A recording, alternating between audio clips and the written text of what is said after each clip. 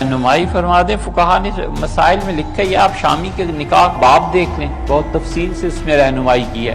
فقہا نے لکھا ہے کہ بہت سے اقوال ایسے ہیں جن میں عورت کا قول معتبر ہے، بس عورت کا کہہ دینا کہ میری عدت گزر گئی، ختم ہو گئی بات، چاہے وہ 3 مہینے سے پہلے کہہ دے۔ سیدنا عمر رضی اللہ عنہ کے زمانے میں ہوا تھا ایسا واقعہ۔ بشیرہ بی بی صاحبہ کے ساتھ جو خواتین اس گھر میں موجود تھیں، ہم نے ان سے پوچھا کہ نکاح کے لیے جو شرعی تقاضے ہوتے ہیں اس کے مطابق سب کچھ ہو چکا، انہوں نے کہا ہو چکا، تو میں نے ان کا نکاح بشرا بی بی سے پڑھا دیا۔ اور پھر دیگر ذرائع سے بھی اور میڈیا سے بھی معلوم ہوا کہ جو مجھ سے کہا گیا تھا وہ درست نہیں تھا، تو شرعی اعتبار سے یہ نکاح فاسد ہوا۔ بسم اللہ الرحمن الرحیم۔ السلام علیکم ناظرین، دین دنیا چینل میں آپ کو خوش آمدید کہتے ہیں۔ ناظرین، پاکستان کے سابق وزیر اعظم عمران خان کے ستارے آج کل گردش میں ہیں۔ جس چیز کو ہاتھ ڈالتے تھے وہ سونا بن جاتی تھی، آج کل وہ جس چیز کی طرف دیکھتے ہیں وہ مٹی ہو جاتی ہے۔ ان پر کرپشن، ہنگامہ آرائی اور دہشت گردی کے الزامات تو لگے ہی، ساتھ ہی اب ان پر ایک اور شرمناک الزام لگ گیا ہے کہ انہوں نے اپنی موجودہ بیوی بشرا بی بی سے عدت کے دورانیہ پورا ہونے سے پہلے ہی نکاح کر لیا تھا۔ عدت کیا ہے، کیوں ضروری ہے، اس معاملے سے متعلق ڈاکٹر ذاکر نائک نے بھی روشنی ڈالی ہے، وہ آپ کو بتائیں گے، مگر پہلے آپ کو اس پوری کہانی سے آگاہ کرتے ہیں کہ عمران خان کے نکاح کا معاملہ اصل میں ہے کیا۔ جناب عمران خان صاحب نے اپنے نکاح کے لیے یہاں سے لاہور کا سفر کیا اور میں بھی ان کے ہمراہ ہی تھا۔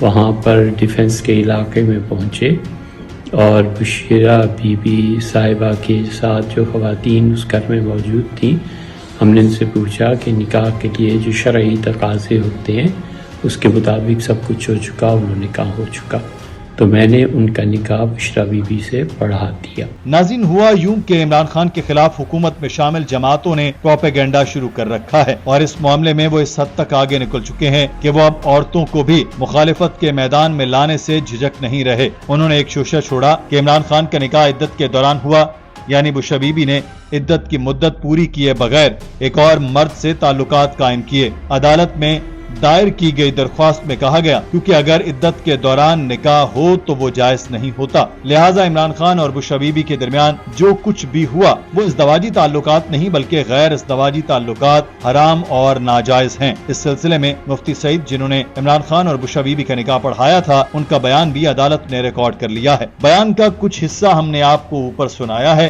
باقی میں کیا کہا گیا ہے وہ بھی آپ کو بتاتے ہیں۔ عدالت میں سماعت ہوئی تو غیر شرعی نکاح کے کیس کے نکاح خواہ مفتی سعید خان نے بیان حلفی جمع کرا دیا اور کہا کہ نومبر 2017 میں بشرا بی بی کو طلاق ہوئی۔ 1 جنوری 2018 کو عمران خان نے مجھ سے کہا کہ میرا نکاح بشرا بی بی سے پڑھوا دو۔ بشرا بی بی کے ساتھ ایک خاتون نے بتایا کہ بشرا بی بی کے نکاح کی تمام شرعی شرائط مکمل ہیں۔ مفتی سعید کا کہنا تھا کہ چیئرمین پی ٹی آئی نے ان سے فروری 2018 کو دوبارہ رابطہ کیا۔ عمران خان نے کہا پہلے نکاح کے وقت بشرا بی بی کا عدت کا دورانیہ مکمل نہیں ہوا تھا، اس لیے میرا نکاح دوبارہ پڑھا دو۔ وجہ پوچھنے پر عمران خان نے کہا کہ 1 جنوری 2018 والا نکاح اس لیے ضروری تھا کہ پیش گوئی تھی کہ اگر میں سال 2018 کے پہلے دن بشرا بی بی سے شادی کروں تو ملک کا وزیر اعظم بن جاؤں گا۔ جو مجھ سے کہا گیا تھا وہ درست نہیں تھا، تو شرعی اعتبار سے یہ نکاح فاسد ہوا، تو اللہ تعالیٰ کا خوف اور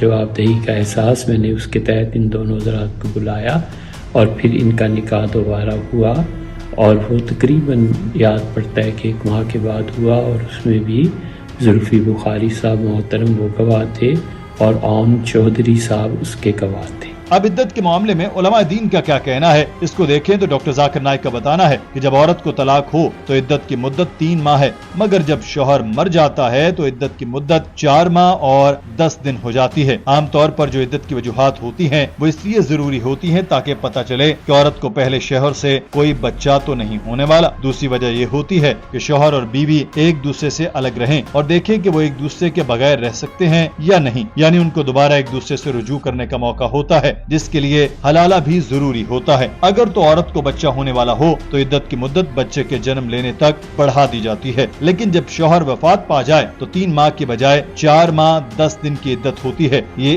1 ماہ اور 10 دن اس لیے ہوتے ہیں کہ حمل کا پتہ چل سکے, مگر ساتھ ہی عورت کو شوہر سے بچھڑنے کا غم ہوتا ہے تو اس کے جذباتی طور پر سنبھلنے کے لیے یہ 1 ماہ اور 10 دن مزید دیے گئے, اور اسی لیے عدت کے دوران عورت کا دوسرے مرد کو چھونا بھی جائز نہیں. The woman undergoes a sudden loss or shock that she does not have a husband. This time is given for her to settle down. That's the reason during the iddah she cannot make any contract to marry someone else. And if she makes, it's not valid. After the iddah is over, because maybe she is in a state of shock and someone says I want to marry, she says she is not secured, she is very scared, and she may agree to marry someone who is not good also. So the iddah period is extended.